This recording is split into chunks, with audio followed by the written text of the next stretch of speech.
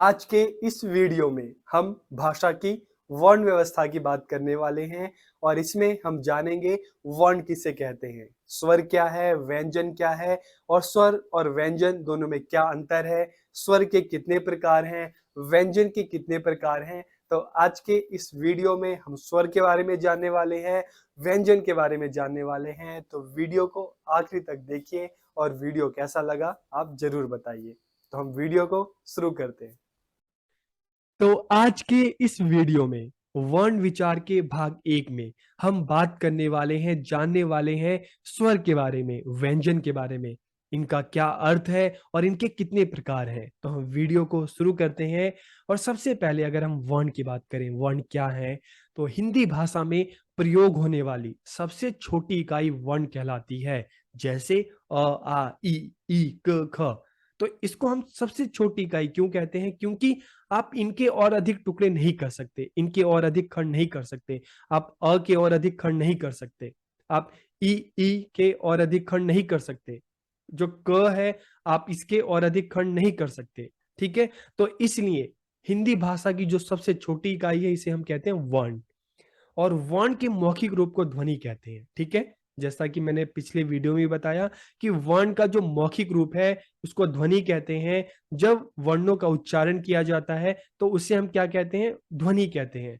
और जब इस ध्वनि को हम चिन्हों के रूप में लिखते हैं, जैसे अ आ इ, तो उसे हम क्या कहते हैं? वर्ण कहते हैं। तो वर्ण क्या है? लिखित रूप है और जो ध्वनि है ये मौखिक रूप है।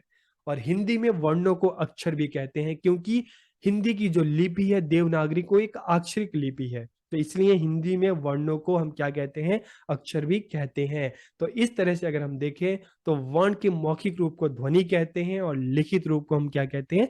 अक्षर कहते हैं। ठीक है, अब हम बात करते हैं वर्णों के प्रकार की। तो वर्णों के दो प्रकार होते हैं। ठीक है, उच्चारण और प्रयोग के आधार पर वर्णों को दो भागों में बांटा गया है, स्वर और व्यंजन। तो सबसे पहले अगर हम स्वर की बात करें तो जिन वर्णों का उच्चारण स्वतंत्रता पूर्वक, मतलब बिना किसी अन्य वर्ण की सहायता से होता है, उन्हें स्वर कहते हैं। जैसे अ आ ई। अगर आप अ का उच्चारण करेंगे तो गले से हवा सीधे बाहर निकलेगी बिना किसी रुकावट के।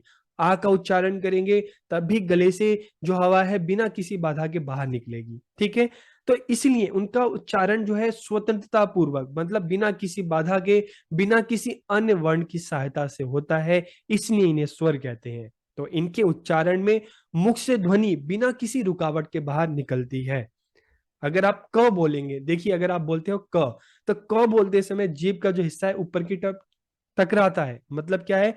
क जो है वो स्वतंत्रता पूर्वक नहीं बोला जा रहा, वो रुकावट के साथ बोला जा रहा है। तो जो क ख ये जो चीजें हैं इसे हम क्या स्वर नहीं कहेंगे, क्योंकि ये तो रुकावट के साथ बोला जा रहा है। ठीक है, क में भी अ होता है।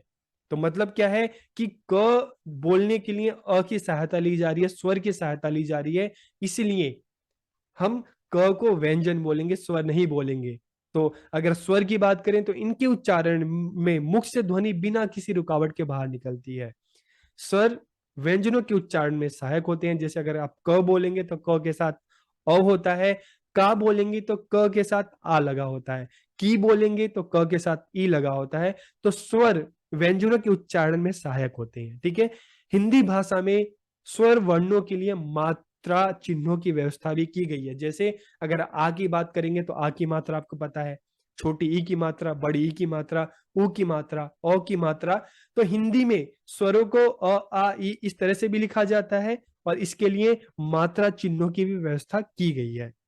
जब ये व्यंजन वर्णों से मिलते हैं तो मात्रा का रूप धारण कर लेते हैं। मान लो क से आ मिला तो का हो गया, क से छोटी ई मिली तो की हो गई और क से बड़ी ई मिली तो की हो गई। ठीक है, तो जब ये व्यंजन वर्णों से मिलते हैं तो मात्रा का रूप धारण कर लेते हैं, जिसके कारण इनके लेखन में समय और स्थान की बचत होती है। ठीक है, मान लो आप में से किसी का अगर नाम है, किसी का नाम नेहा है। ठीक है, तो न के साथ न व्यंजन है और कौन सा वर्ण लगा? ए। ठीक है, तो क्या हुआ? ने। और फिर ह, और ह के साथ आ लगा तो नेहा। ठीक है, तो जब ये व्यंजन वर्णों से मिलते हैं तो मात्रा का रूप धारण कर लेते हैं, जिससे क्या होता है? लेखन में समय और स्थान की बचत होती है। और अगर हम स्वरों की संख्या की बात करें तो हिंदी भाषा में स्वरों की संख्या को लेकर भिन्नता पाई गई है। कुछ विद्वान स्वरों की संख्या 10 बताते हैं, कुछ 11 बताते हैं, कुछ 12 बताते हैं, कुछ 13 बताते हैं, कुछ 14 बताते हैं, जैसे लिखा हुआ है। लेकिन इसमें जो एक रूप है, ठीक है, जिसको एक हम मानते हैं कि ज्यादातर जो विद्वान मानते हैं कि जो वर्णों की जो संख्या है वर्तमान समय में जो प्रचलित है वो 11। कितने हैं स्वर, कितने हैं? 11 स्वर हैं। कौन कौन से? अ, आ, ई, उ, उ, ए, औ, ठीक है, औ, री। तो ये जो 11 वर्तमान समय में 11 स्वर जो है प्रचलित हैं, ठीक है। तो इस चीज को आप याद रखना। और अगर हम स्वरों की भेद की बात करें तो देखिए स्वर के 3 भेद हैं, ह्रस्व, दीर्घ और प्लुत। तो ह्रस्व किसे कहते हैं? जिन वर्णों के उच्चारण में कम समय लगता है उन्हें हम कहते हैं ह्रस्व, जैसे अ, ई, उ, री। तो इनके उच्चारण में कम समय लगता है और इनकी ह्रस्व की संख्या कितनी है? 4 है। अ, ई, उ, री। और दीर्घ की बात करें तो जिन वर्णों के उच्चारण में ह्रस्व से 2 गुना ज्यादा समय लगता है उन्हें दीर्घ कहते हैं, और इनकी ह्रस्व की दीर्घ की संख्या कितनी है? 7। आ, ई, उ, ए, ठीक है, ए, औ, ओ। तो इनके उच्चारण में ह्रस्व से 2 गुना ज्यादा समय लगता है। और अगर प्लुत की बात करें तो जिन स्वरों के उच्चारण में ह्रस्व से 3 गुना ज्यादा समय लगता है उन्हें प्लुत कहते हैं। तो स्वर वर्णमाला में कोई प्लुत स्वर नहीं होता, बल्कि इसका हम प्रयोग कब करते हैं? उच्चारण के समय करते हैं, जैसे ओम। तो ओम में ओ बोलो तो लंबा खिंचता है, राम में रा बोलो तो राम, राम आप राम नहीं बोल सकते, आप राम। तो इसके उच्चारण में रा लंबा खिंचता है, ठीक है। तो जो प्लुत है इनके उच्चारण में ह्रस्व से 3 गुना ज्यादा समय लगता है। तो प्लुत का प्रयोग सिर्फ उच्चारण में होता है। और अगर हम, जैसे मैंने आपको बताया कि हिंदी में जो स्वरों की संख्या 11 है, तो 11 में से 4 ह्रस्व हैं और 7 कौन से हैं? दीर्घ है। और प्लुत का प्रयोग सिर्फ उच्चारण में किया जाता है, ठीक है। और अगर हम व्यंजन की बात करें तो जिन वर्णों के उच्चारण के लिए स्वरों की सहायता लेनी पड़ती है, ठीक है, जिन वर्णों के उच्चारण के लिए स्वरों की सहायता लेनी पड़ती है तो उसे व्यंजन कहते हैं। इन वर्णों के उच्चारण में वायु रुकावट के साथ मुख से बाहर निकलती है। जब आप क, ख, ग कुछ भी आप बोलोगे तो कभी आपकी जीभ दांत पे लगती है, कभी आपकी जीभ तालू पे, जैसे आपको इस फोटो में दिख रहा है, कभी मूर्धा पे लगती है, ठीक है। तो कभी आपके जो होंठ हैं आपस में टकराते हैं। क बोलोगे तो जीभ पीछे लगेगी, प बोलोगे तो होंठ दोनों टकरा जाएंगे, च बोलोगे, ठीक है, तो दांत पे आपकी जीभ लगेगी। तो व्यंजन क्या है? जिनके उच्चारण में स्वरों की सहायता लेनी पड़ती है। क के साथ अ है, ख के साथ अ है, खा लगाओगे तो आ हो जाएगा, ठीक है, टी लगाओगे तो ट के साथ ई हो जाएगी। तो वर्णों के उच्चारण में अगर हम बात करें, ठीक है, जिन वर्णों के उच्चारण में स्वरों की सहायता लेनी पड़ती है उसे हम कहते हैं व्यंजन, ठीक है। और जब भी आप व्यंजन को बोलेंगे तो इसमें क्या होगा कि जो वायु आपके गले से निकलेगी वो कहीं ना कहीं चाहे नाक से निकले, चाहे आपके तालू से टकराए, चाहे जीभ से टकराए, चाहे आपके दांतों से टकराए, चाहे मुर्दा से टकराए, लेकिन रुकावट के साथ बाहर निकलती है, ठीक है। तो इसे हम व्यंजन कहते हैं। और व्यंजन की संख्या हिंदी में कितनी है? 33 है, ठीक है। तो अब हम बात करते हैं व्यंजन के भेद। तो व्यंजन के 3 भेद हैं, स्पर्श व्यंजन, अंतःस्थ व्यंजन और ऊष्म व्यंजन। तो इसको भी हम देख लेते हैं। सबसे पहले अगर हम स्पर्श व्यंजन की बात करें, ठीक है, तो स्पर्श व्यंजन जिन वर्णों का उच्चारण करते समय हवा फेफड़ों से, हमारे लंग्स से निकलते हुए मुख के स्थान से कंठ को टकराती हैं, तालु को टकराती हैं, मुर्दा, जीभ, दांत, ओठ, इनको स्पर्श करते हुए बाहर निकलती है, तो इन्हें हम स्पर्श व्यंजन कहते हैं। और इसको 5 भागों में बांटा गया है, क वर्ग, च वर्ग, ट वर्ग, त वर्ग और प वर्ग, ठीक है। तो क वर्ग में आप जितने भी आप बोलेंगे क, ख, ग, घ और ङ, ठीक है, तो इसमें आप देखना आपकी जो जीभ है पीछे की तरफ से तालू पे टकराती है। और अगर आप च वर्ग पे आएंगे, ठीक है, छ, छ, ज, झ, य, तो मूर्धा पे टकराएगी। ट वर्ग की अगर बात करेंगे, ठीक है, तो ट वर्ग में आप देखेंगे कहीं ना कहीं जो आवाज है, ठीक है, कहीं ना कहीं जो आपकी जीभ है ऊपर की तरफ टकरा रही है। त वर्ग में दांत पे टकरा रही है। और प वर्ग में प, फ, ब, भ, म जो आप बोलेंगे तो दोनों ओठ आपस में टकरा रहे हैं। तो इस तरह से अगर हम बात करें, क्रम जो होता है वो आपके गले से शुरू होता है और ओठ पे आके खत्म होता है, ठीक है। तो स्पर्श व्यंजन की संख्या कितनी है? कुल मिलाकर 25 संख्या है, ठीक है। 25 स्पर्श व्यंजन है जिसको 5 भागों में बांटा गया है, क वर्ग, च वर्ग, ट वर्ग, त वर्ग और प वर्ग। तो इनको हम स्पर्श इसलिए कहते हैं क्योंकि जो हवा निकलती है स्पर्श के साथ, चाहे अगर हम बात करें मूर्धा को स्पर्श करें, तालु को स्पर्श करें, ठीक है, दांतों को स्पर्श करें तो उसके साथ निकलती है। अगर हम अंतस्थ की बात करते हैं तो जिन वर्णों का उच्चारण पारंपरिक वर्णमाला के बीच अर्थात स्वर और व्यंजनों के बीच में स्थित हो उन्हें अंतस्थ व्यंजन कहा जाता है। इनके उच्चारण में श्वास का अवरोध कम होता है, ठीक है। जैसे अगर हम बात करते हैं वर्ण की बात करते हैं, वर्ण में अगर हम स्वर की बात करते हैं तो स्वर में सांसों का अवरोध बिल्कुल नहीं होता और व्यंजन में काफी होता है, रुकावट होती है।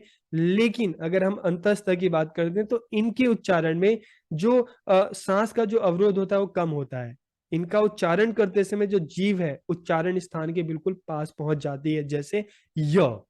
तो जब आप य का उच्चारण करते हैं तो जीभ धीरे धीरे गले की तरफ पीछे से आ जाती है, र, ल, व, ठीक है। तो इनका उच्चारण करते समय, ठीक है, जीभ जो उच्चारण स्थान गले के बिल्कुल पास आ जा रही है और इनमें सांसों का अवरोध, आप क बोलेंगे तो क में ज्यादा रुकावट आ रही है, लेकिन य बोलेंगे तो इसमें कम रुकावट आ रही है। आप प बोलेंगे तो ज्यादा आ रही है, लेकिन र बोलेंगे तो कम रुकावट आ रही है, ठीक है। तो अंतस्थ जो व्यंजन इनकी संख्या 4 है, य, र, ल, व। और अगर हम ऊष्म व्यंजन की बात करें, ठीक है, ऊष्म जैसे गर्मी, तो जिन वर्णों का उच्चारण करते समय हवा मुख से किसी स्थान विशेष से रगड़ खाती हुई बाहर निकलती है, ठीक है, तथा यह हवा अन्य वर्णों के उच्चारण के समय निकलने वाली वायु की अपेक्षा गर्म होती है। कि मुख से जो गले से निकलती है तो रगड़ खाते हुए निकलती है और अन्य वर्णों के उच्चारण की तुलना में इसमें जो हवा है गर्म निकलती है। जैसे आप बोल के देखो क, ठीक है, और अगर आप बोले स, तो स क्या है, हवा रगड़ खाते हुए बाहर निकल रही है और एक गर्माहट के साथ बाहर निकल रही है, तो इसलिए हम इसको कहते हैं ऊष्म, गर्म, ठीक है। तो इन वर्णों को उष्म व्यंजन कहा जाता है और उनकी संख्या कितनी है, 4 है, स, श, ठीक है, श, ह, जिसमें वायु रगड़ खाते हुए बाहर निकलती है। तो उष्म व्यंजन कितने हो गए, 4 हो गए। और अगर हम बात करें संयुक्त व्यंजन की, ठीक है, जहां 2 या 2 से अधिक व्यंजन मिलते हैं वो संयुक्त व्यंजन कहलाते हैं। हिंदी भाषा में वर्णों के अनेक संयुक्त रूप मिलते हैं, लेकिन 4 वर्णों के संयुक्त रूप को ही संयुक्त व्यंजन का दर्जा दिया गया। जिसे हम बात करते हैं छतरी का छ, ठीक है। तो इसमें क्या है, क और श। अगर हम त्र की बात करें तो त, र, ज्ञ की बात करें ज, य, अगर स्र की बात करें स, र। तो इन्हें संयुक्त व्यंजन इसलिए कहते हैं क्योंकि ये 2 व्यंजनों से मिलकर बने हैं, तो इसलिए हम इसको कहते हैं संयुक्त व्यंजन। और इनकी संख्या कितनी है, 4 है, तो इस चीज का याद रखना, ठीक है। अगर हम बात करें, हम स्पर्श व्यंजन की बात करें तो उनकी संख्या कितनी है, 25 है। अगर हम अंतस्थ की बात करें तो उनकी संख्या कितनी है, 4 है, ठीक है। और अगर हम बात करें उसके बाद, अगर हम उस व्यंजन की बात करें तो उनकी संख्या भी 4 है। और अगर हम संयुक्त व्यंजन की बात करें तो इनकी संख्या भी कितनी है, 4 है, ठीक है। और अगर हम गौण व्यंजन की बात करें, गौण का मतलब गायब, तो इन वर्णों का उच्चारण करते समय जीभ पहले ऊपर उठकर मूर्धा को स्पर्श करती है और फिर झटके से नीचे आती है। जैसे आप बोलेंगे अढ़, अढ़, तो पहले जीभ ऊपर आ रही है अढ़, फिर नीचे चली जा रही है अढ़, ठीक है, ऊपर आके नीचे चली जा रही है। तो इन वर्णों को गौण व्यंजन इसलिए कहा जाता है क्योंकि इनको हिंदी वर्णमाला का हिस्सा नहीं है। आप हिंदी पूरी वर्णमाला देखेंगे तो आपको ये दोनों जो वर्ण है कहीं नहीं मिलेंगे। इनका प्रयोग केवल लिखने में किया जाता है, बोलने में किया जाता है, लेकिन वर्णमाला में इनको जगह नहीं दी गई है, इसलिए इसको हम कहते हैं गौण व्यंजन। और ये ध्वनियां संस्कृत भाषा में नहीं होती। तो गौण का मतलब गायब। तो इन जो गौण व्यंजन जो है इनको हिंदी वर्णमाला में स्थान नहीं दिया गया, ठीक है। इनका प्रयोग सिर्फ बोलने में, लिखने में होता है, इसलिए इसको हम कहते हैं गौण व्यंजन, ठीक है। तो आपको ये वीडियो कैसा लगा, अपनी राय जरूर दीजिएगा। आप सबका बहुत बहुत धन्यवाद।